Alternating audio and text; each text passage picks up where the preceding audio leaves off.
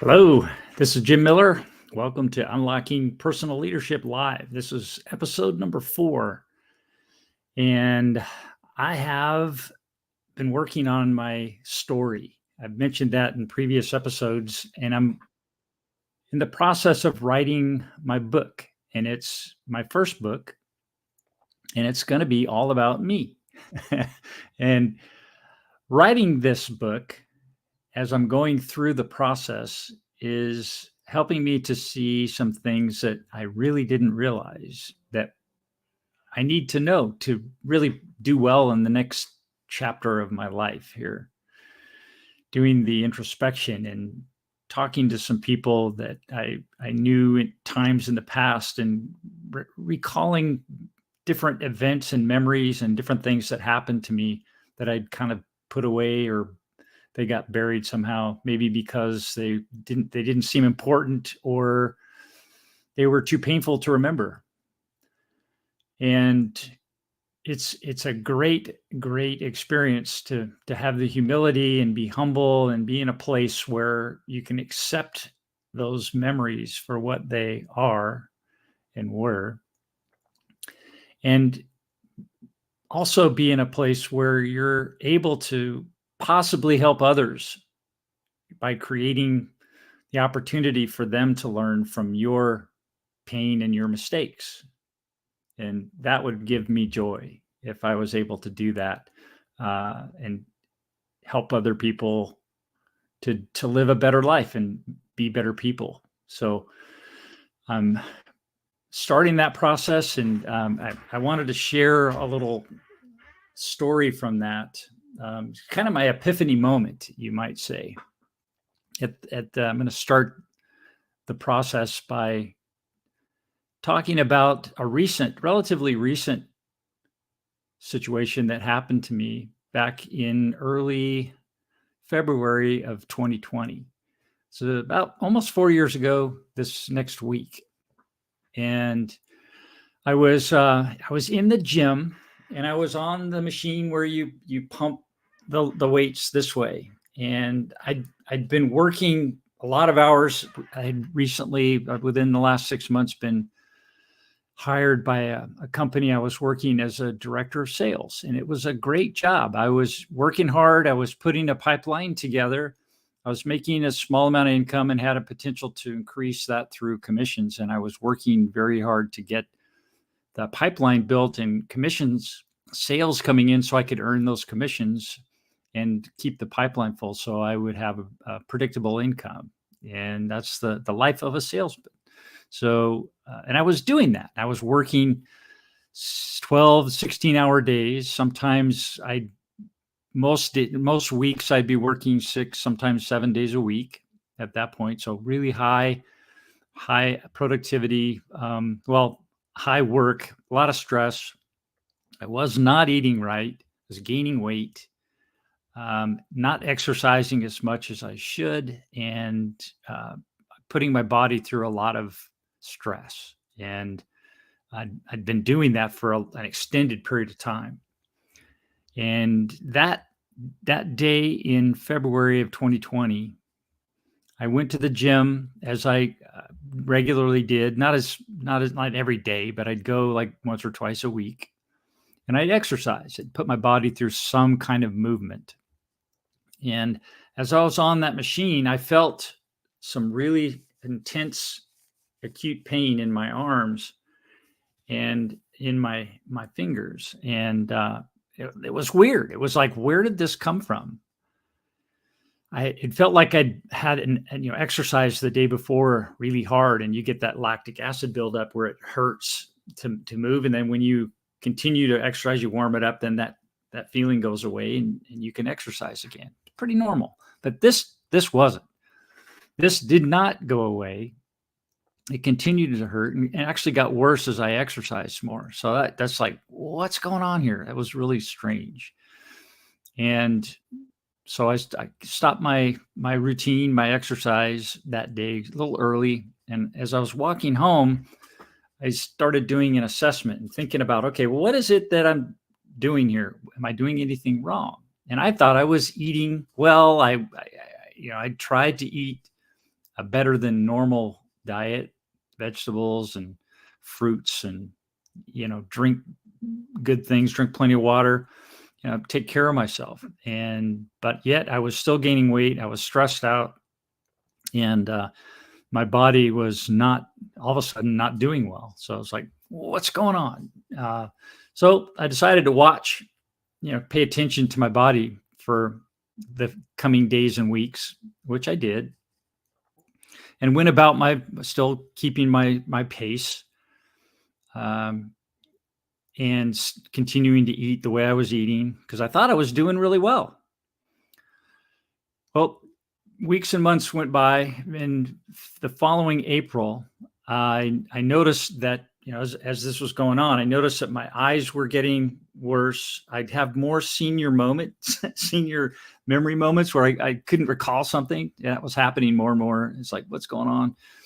And my eyes were getting worse. I needed glasses at the local restaurants at night to read the menus, and that was getting worse. And my skin, I noticed, was starting to get different things on it, growths and moles and tags and all kinds of bizarre stuff growing on my face and my hands and my back. And it's like, okay, something's not right, but I didn't know what it was. So I went to the doctor, and they took all the blood tests and did everything. And that came out fine. The doctor said, you're fine. Go home. You're doing great. Whatever you're doing, keep doing it. So that wasn't helpful, but I still had this problem where I was getting this pain, and it started kind of morphing into numbness. I was getting numbness in my hands and numbness in my feet and some in my legs, and it was getting worse over time, and I didn't know what to do about it. And the doctor said, hey, you're fine. Don't know what's wrong with you, but you're fine. Go home. So it just wasn't adding up. So my big epiphany moment came one morning when I was changing socks, and looked at my feet just as I had to do something. And I looked at my toes, and my toes was numb, had been for a while, but I looked at it, and it was the nail on the big toe was starting to come off and separate, and there was discoloration, and I couldn't really feel the end of my toe anymore. And that got my attention. So I took a picture of it, and I remember it was in April, that following April, that I took that picture, and I sent it to a friend of mine who's a nurse, and she showed it to a colleague who is a neurosurgeon. And he took a look at it, and she said, he just looked at it and said, oh, he's going to lose his big toe, kind of nonchalantly. And when I heard that from my friend who said, he just said that you're going to lose your big toe, I said, I just made that decision. Boom, right there. Not on my watch. I'm going to figure this out. And made the decision right then to make changes to everything. Now, in the meantime, what had happened, of course, in February and March, COVID hit. You may recall that. And the pipeline that I had worked hard to build all that previous 8-9 months vaporized. That business just disappeared. And my job disappeared as a result. So I no longer had work. I no longer was able to support myself or anything, and had to basically go into hiding. I took the benefits that I could get and lived very frugally for a long time. The benefit to that was that it gave me time to figure out what was wrong with me. And I stopped everything, stopped work. I stopped doing everything. And I was really fortunate at that time in my life where I had a couple of really good people in my life. One was a DO who is a functional medicine expert. And she said, look at your diet. And then I had another friend who was a longevity expert, and he told me to read Dr. Gundry's book. and which I've done. I've actually now read all of his books. And taking that information and actually applying it in my body and starting to learn about how my body works and what mechanisms it needs to survive, how it creates energy, and how the food we eat affects us. I started learning about all that stuff, and I lost 50 pounds. I learned how to fast, do extended fasting and intermittent fasting. And my body actually has started growing younger, metabolically younger. I'm 58, according to a Viome test that I took, and instead of 66. So my body's actually growing younger right now, and that's pretty exciting. I feel great. My energy level's up. My eyesight is better. My skin is much clearer now. And the skin tags have either just fallen off or dissipated. Moles have gone away, fallen off. It's been great. And so my story is that epiphany moment. I'm so lucky that it was like an acute, quick amount of time where, and then fortunately COVID hit, so I didn't have to work or to be stressed anymore. So I learned stress management. I learned how to meditate. I learned how the brain works and how the neurology in your brain works, and how you can learn about how to fix problems in your brain by changing your thought patterns. And very powerful stuff I've learned, and I'm applying it in my life right now, and it's working. And my book's going to be about sharing what I know and the benefits that I'm getting and moving into my next phase of life. I'm not retiring. I'm not giving up. I'm continuing to do work, but it's different. It's purposeful work. It's work that I believe I've been put here on this planet to do. And that's exciting to me, that I get to do that. And it's all because I was put in a position where I had to make a decision. Fortunately, I think I've made the right decision, and I've come up with some methodologies that are working and that I can share. So I'm writing my book, and it's going to be, I don't know when I'm going to get it done, but I'm working on it. Some say I can do it in a week. So here we go. And I'm going to see if I can pull up Facebook here and see if anybody's watching me here. Let's see, where am I? Pull up there I am. Okay.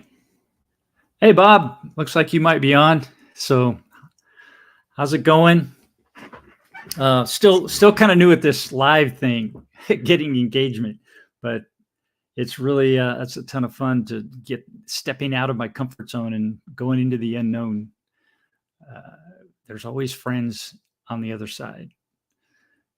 So let's see, moving into the 5 things that I've learned basically are becoming. I've learned about the becoming thanks to Bob Donnell. He's my coach and mentor on the becoming segment of my journey here. Incredible resource for me and friend.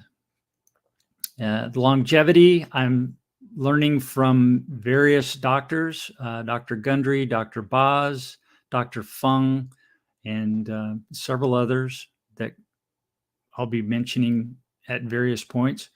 And then building an audience. And I'm working with Ken Walls and Glenn Morshower on that. And Ken's got a program called Grow Live Academy that has been wonderful. In fact, that's what is helping me get started doing these lives and the coaching there. So it's excellent. And building wealth, I'm part of Garrett Gunderson's Wealth Factory. and he's helping me get my generational wealth house in order. As I grow, I want to create generational wealth that I can pass along and do it in a way that keeps itself going on and on, generation to generation. And it's very possible. It's doable. It's accessible to anybody who wants to get to it. And so I want to share what I know about that. And then the fifth thing is the community service, where I'm currently participating in I've got a video podcast that I do, and that's my community service. I'm interviewing mostly people from in my town and spreading the word about their activities, their knowledge, their leadership stories. I love stories. So it's helping get their stories out and about. And it's been very rewarding doing that. And I also help out up at the plateau, where they raise funds to bring inner city kids up to the mountain, to the plateau, the nature area up there, so they can experience life as in its natural state and all its wildness. And it's a beautiful experience that I'm very honored and blessed to be able to help make happen for more kids. So that's a rewarding experience that anybody could do. And I strongly recommend that you find something in your town that you can do every week. Do something, an hour, 2 hours a week, anything that you come up with. Work with a nonprofit. There's probably 100 nonprofits in the town that you live in that you never knew existed. And they're all looking for help. They're all looking for somebody to volunteer. So roll up your sleeves and get in there and do that. That's my recommendation. So back to writing my book and telling my story. As I'm doing that, it's bringing back memories of when I was just 4 years old. First memories where I'll share later, where I went through a period of time when I was stalked and beat up and stoned and hunted like an animal in my own neighborhood. It was impactful for me. Haven't talked about it much in my life, but I'm going to share it here because I think possibly it could help someone else who maybe has gone through that and not dealt with it yet.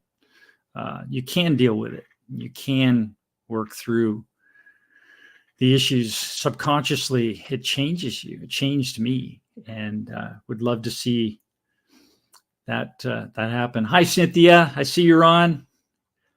Very good. Yeah, thanks. Thanks for the encouragement. It's challenging to do this. I don't know how you guys do it, but it's challenging.